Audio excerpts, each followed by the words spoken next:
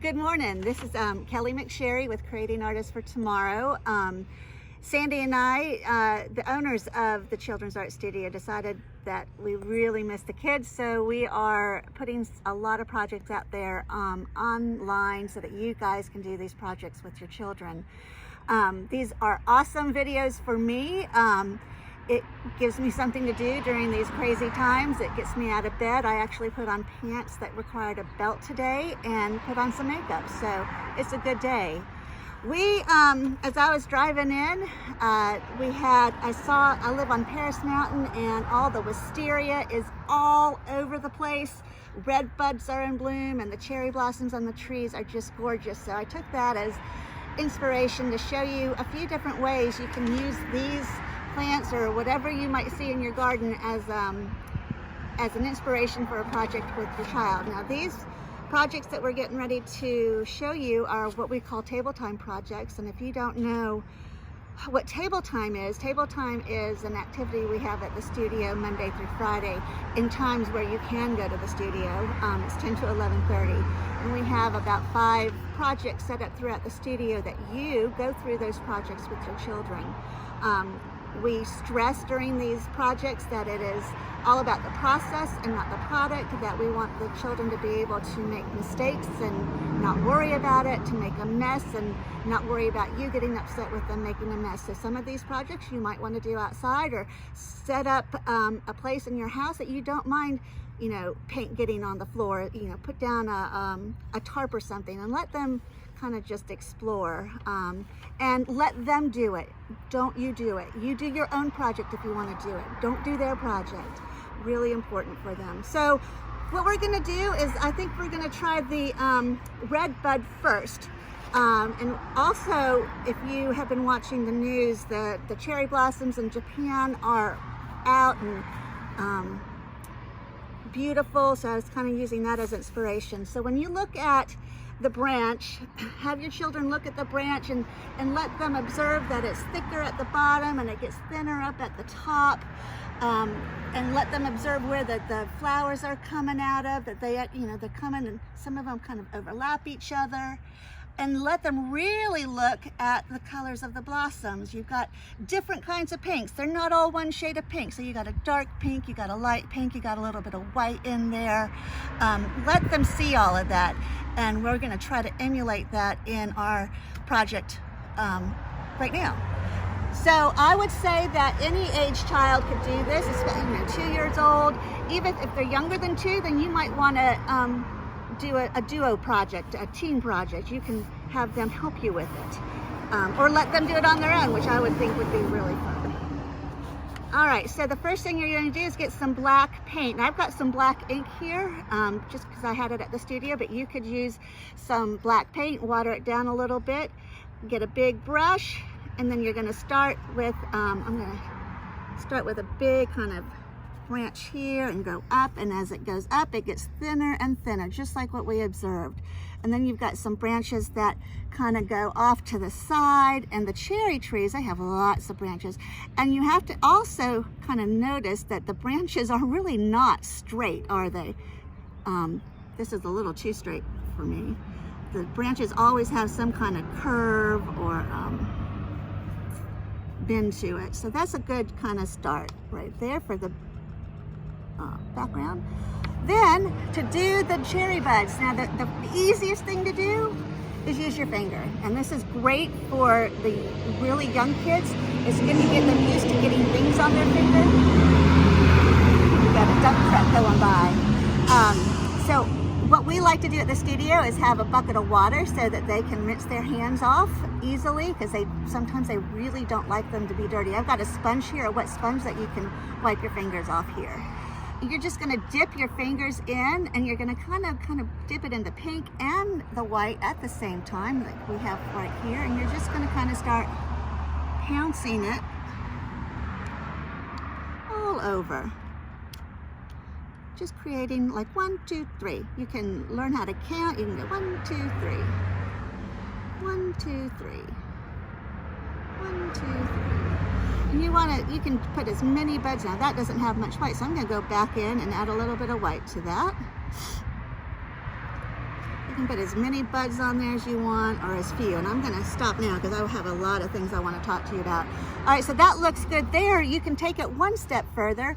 You can get a little brush and dip it in some of the yellow, and you can put just a little bit of a yellow stamen in there.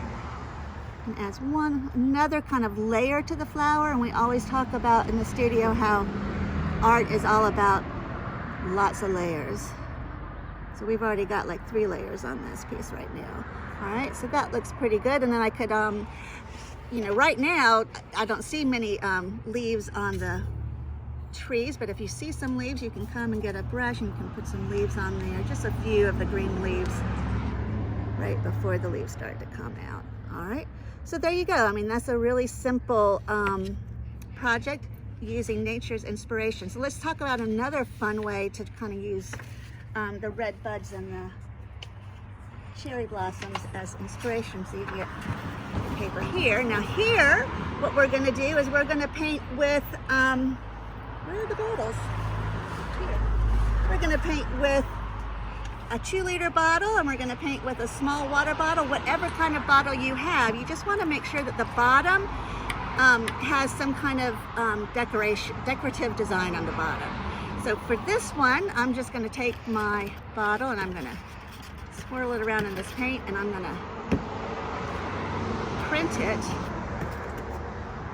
on the paper. I'm going to go over here to the purple and white that I have over here.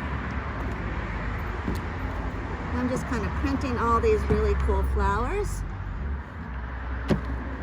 I can go and try this one. I'm going to use this one in the pink here. Ooh, that's a good one. I'm going to come over here. It's kind of totally different. Okay, and this is really geared to the smaller children. Then you can come in with a wine cork, and you can put a little middle in the flower. Find all the flowers that you printed. And then to finish it off, you're going to get your green, and you can just start connecting all those flowers with fun stems. You could put some leaves on there. Remember, it's all about the process and not the product. All right, so you got some really cool flowers that look like that. And I don't think I showed you this one. So these are great cherry blossom and redbud trees to kind of paint. All right, and then the last thing that we want to talk about is it's the wisteria. They are all over my mountain. And when you look at the wisteria, they kind of hang, the branch kind of is droopy, and they kind of hang down. And with this one, we're going to use bubble wrap as our tool to paint. Again, I'm going to take my black paint, and I'm going to do kind of a stem that's kind of coming up this way, and then it's going to droop, and then we're going to have some wisteria falling off of it. Kind of like that. I'm going to get my thing, and I'm just going to kind of pounce. And the bubble wrap, it makes awesome texture. You could use it to make grapes. I think I need a little bit more white, so I'm going to add, there's some white right here on the side. Can add some white to it and go on top of it. Create the different colors that you see in the wisteria, the dark and the light. All right, and that's really about all you need to do. You could add more branches, you could add more of the flowers, but it's very, very simple, and small children would have a blast doing that. All right, and then last but not least, let's just go back to this one.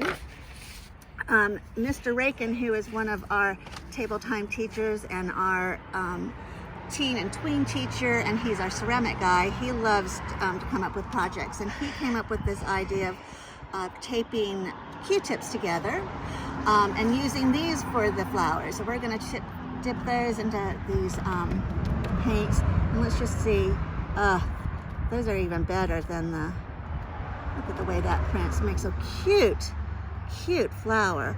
And we can, I think we need some more white in some of these. You can go back on top with the white.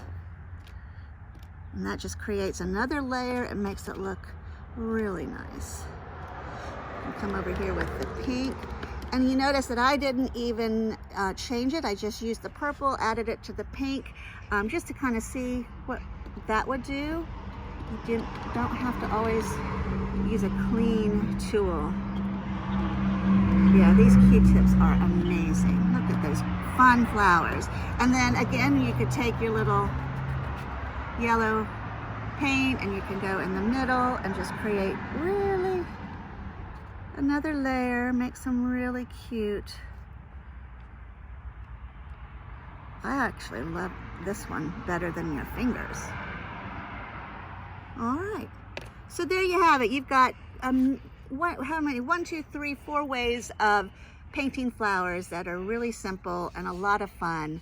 And I hope you will do that with your kids. And if you do, please take pictures and post them to us. And share this with your friends. We would love to get the word out that art is extremely important, and it's even more important to get it to a child that's younger. It just gives them a lot of self-confidence. It makes them think about things differently, and their problem-solving skills skyrocket. So anyway, I'll get off my soapbox right now, and y'all have a good day. We're gonna have some more projects coming. The next project I think we're gonna post is for our older kids, so stay tuned. Y'all have a good day. Ciao.